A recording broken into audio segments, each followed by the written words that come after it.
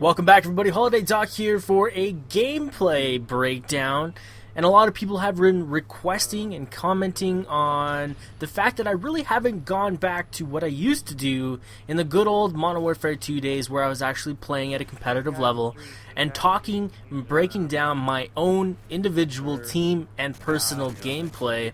And I guess the reason is I'm a little bit not impressed with my personal gameplay yet. I haven't really found a full-time team, and I haven't committed to scrimming every day like I used to be able to do.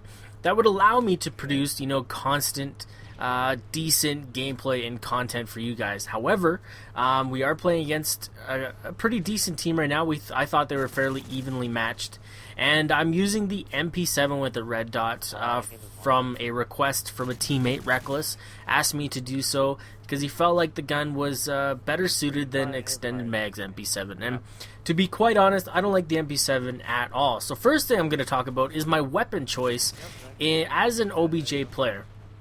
And in these scrims, oh, this is really bad right here. This guy got turned on really hard. But as an OBJ player, which I am playing right now in this particular scrim, it does switch up from time to time based on who I'm playing or who I'm playing with and what my other teammates are doing at the time. But for argument's sake, I am the OBJ player right now, and weapon choice is, unfortunately, for the first half of this game, is that MP7 with the red dot. And reason I don't like the MP7, I feel like it's inconsistent with its kill or its damage. I feel sometimes, I'll get a 3-shot kill, maybe a 4-shot, but for the most part, I will pump bullets into opponents and just come up empty-handed time and time again. You've seen a couple of kills, or a couple that should have been kills already during the scrim. The first half when I jumped off, second when I came over the corner. And, both the times I truly felt like, I had the jump on the guy, I had first shot, why didn't I get that kill? And I truly believe that the MP7 was the fault at those kills. So, right here, we had no real success penetrating that left-hand side, the ideal flag route, even pushing through center. So what do? As the OBJ player, it's your job to change the pace of the game, change how the game is being played out, and throw the opposition off guard. And what I do there is do an alt pull. And myself and my team have been doing these quite regularly over the last few days, just trying new things, trying to throw the opposition off base. And there's my trusty controller shutting off, and this guy moshing, getting a free kill. Probably talking shit like, "Oh fuck, man, that dude got raped. Just stand up front, fucking pooped on him, man." These kids were talking a lot of shit, so I gotta give them a little bit of a hard time.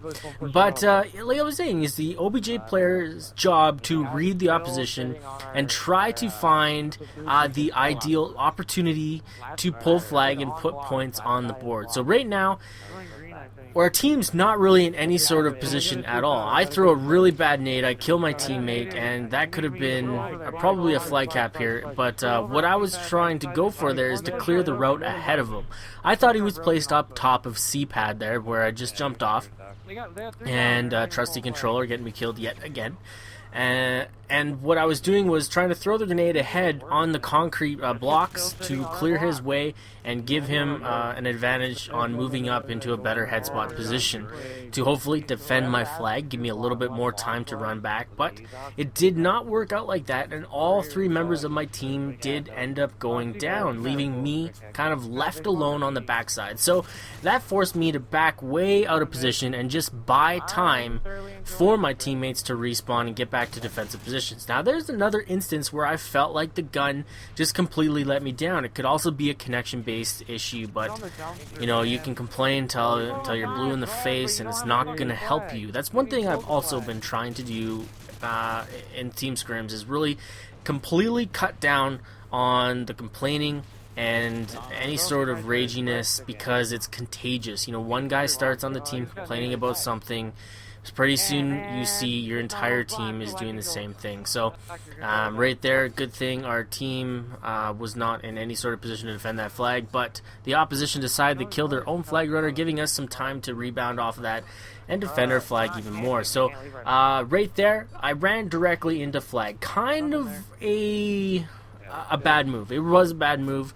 simply because nobody was in position, and I didn't know where spawns were going to pop off that time. They could have been on left-hand side graffiti, but that's where I anticipated, but they were over on that right-hand side on the street, landing me to run right into the line of fire on the opposition. So here we are moving on to the second side of things, and this kind of gets me talking about opening routes. Friends of mine, Indy and Midget King, like to stress that your opening route is crucial to how you're going to play the rest of that round, and I fully agree. If you run into a team that does not move from spawn off their opening route, you can kind of get a good idea of what's going to happen. So right there, we pick off a couple kills, but a couple are still missing. They had snuck by, and luckily enough, I was able to pick off that one kill, and then push in here for a really solid flag run. I think this is a really solid run right now. I moved up the left-hand side pretty much unoffended or untouched. Nobody really saw where I was going. We had a good setup, and we had the most important part of that run was people understand that, hey, we didn't get challenged on the respawns. Where are these guys going to come from? So we picked off one in mid-cut.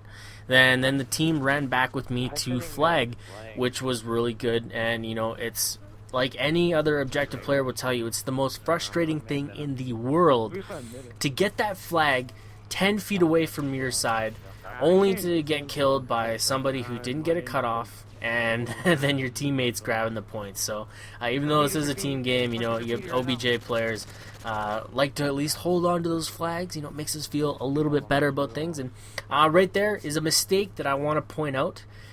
It's simply because I need to utilize my team more often. I should have just let that guy slide, just called it out. Hey, he's going graffiti. That would have been 10 seconds ahead of this point, had a better advantage on these two respawns. I would have probably been able to grab the flag and dip out towards C-pad before the spawns even popped on that occasion right there. So that's a really big thing that I noticed about viewing this game back. Second thing, I'm not consistent with my patterns. I don't know what it is, but I've always been create your own opportunity style OBJ player, where I don't necessarily wait for my team to be in an opportune or in a more advantageous position to grab. I don't wait for that setup all the time. And right there, the stun landed right in front of him. It didn't hit him at all. It's kind of weird. But that's kind of your OBJ's kind of preference, or it's your team preference. How well your team does your team work with non-structured pulls, or kind of off-put pulls, I guess you could say. And you got to read it as you go. And that's one thing I think that works really well with my team, is they've kind of played with me long enough, even just in the general sense, Black Ops and MW2. We've been playing together for quite some time, so I think they realize that when I do play the OBJ role, that I am going to do a little bit different style of pulls. I go for off pulls or alternate pulls quite often. Simply because so many of these teams are structured. Their defensive structure is just based around holding down those flag runs or those flag highways so tight that they're so used to just being over on the left-hand side, continuously pushing the ideal positions, the ideal spots. They're always going to the same, that when you do eventually throw them for a loop, they don't know how to react. Dome is a really good example of this. I'll pull up one of those gameplays maybe next to really show how good it can be. Specific examples, we were down 3 flags on a Dome game, and we came back 4 flags by pulling alternate pulls back and forth, throwing them for a loop, constantly getting their positions completely out of whack and throwing them all over the place, not letting them set up in any sort of standard positioning. So this is kind of I don't know. If I would have had that kill, that probably would have been a flag cap. But these are all instances where do you I don't know. Here's a question for you guys. Do you guys feel that sometimes that connection is like, this is a more connection-based game than we've ever seen before? I really want to do a host comparison to kind of see how it all kind of lines up comparative to Modern Warfare 2 and towards Black Ops. Black Ops is the worst game by far for host advantage, or at least connection-based stuff. so it'd be interesting to kind of pull this game up and do the same sort of test. But you know, like I said, I try not to complain as much, but I still feel like being up in Canada, 3,000 miles away from the closest person on my team, is not the greatest of all things to have happen. But I want to thank you guys for tuning in today. This has been, you know, really fun to get back into the competitive scene. I hope you guys are excited for this as I am. And I'm Holiday Doc, and I'm out of here.